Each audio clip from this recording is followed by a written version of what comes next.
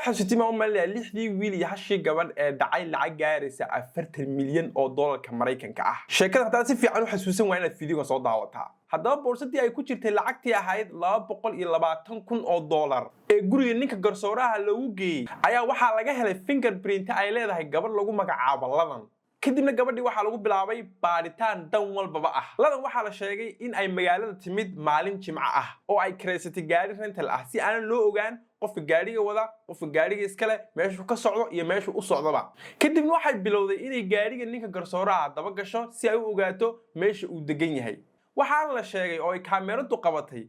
gaariga ay gabadhu wadato 19 jeer in gaaraysa in uu gaarigaas ku laalaabanayay inta u dhaxaysa guriga garsooraha iyo maxkamadda macnaha 19 jeer ay wax walba iska eegaysay oo macnaha rabtay inay fahanto shaxdaan xaqii ka bixi lahayd meeshii ka soo gali lahayd sidii ninka u daba gali lahayd halkii ka daba gali lahayd macnaha wax walba intaas oo dhan waxa uu sameysay in ay ogaato waqtiga uu meesha ka soo baxayo uu gurigiisa aadayo si ay macnaha xilligu isugu guriga jooga lacagta ugu geyso wax walba ugu sheegto haddaba meeshani Soomaaliya ma aha waa wadan horumarsan oo Mareykan la dhahe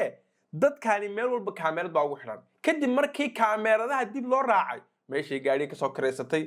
hotelkeedii inta jeer ee wadada soo martay inta jeer ee parking gashay waxoo dhan waa la ogaaday markay gaaladu si fiican wax u baareen waxaba la ogaaday gabadhani inaynan gaariga kaliya ku jirin uu nin kale la socday uu ninkaasi waliba fiidiyo duubay fiidiyogaas oo ah okay wad aragtimo umaleeyaa garsooraha gurigiisa joognaa lacagtii waanu dhignay gabadhii wata lacagta dhiibaysa wax walba aan u sheegnay fiidiyogana markuu soo gaaro iska dhiliid garay ayuu ku leeyahay dadkii maxkamadda saarnaa ee la rabayba in la xiro marka wiilkii sidii uu sameeyay marka fiidiyoga loo soo diray oo informationkii oo dhan loo sheegay oo lagu dhahay gurigii waanu tagnay lacagtii waanu geynay wata wad aragtaa baan u maleynayaa sidii la rabay uu sameeyo fiidiyoga uu tirtiray laakiinse wuxuu ilaaway dadkan baaritaanka ku wada inay yihiin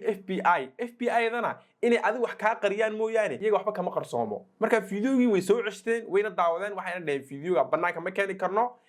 laakiinse arintaas way jirtay oo waan ka war haynaa midda kale lacagtan 220,000 waxa si raacsanaa waraaqada waxa ku qornaa meeshan America waaye annaga qaxooti baan nahay people of color aan nahay waana la cunsuriyaa fadlan wad ogtaan u maleynayaa meeshaan dad caadi lagu xiro oo Mareykan caadi ah fadlan wadanka ristiga ku badan annaga waxaan lagu haystaa intaas waaye macnaha kalarkan iyo diintan iyo macnaha maadaama uu qaxooti nahay darteed ayaa anaga loo soo xiray wax kale lagu haysto ma jirto ee fadlan lacagtan qaado waxaana dhaxdaa not guilty intaasna macnaha waraaqada ku qornayd marka Soomaalideenu balaayaan naho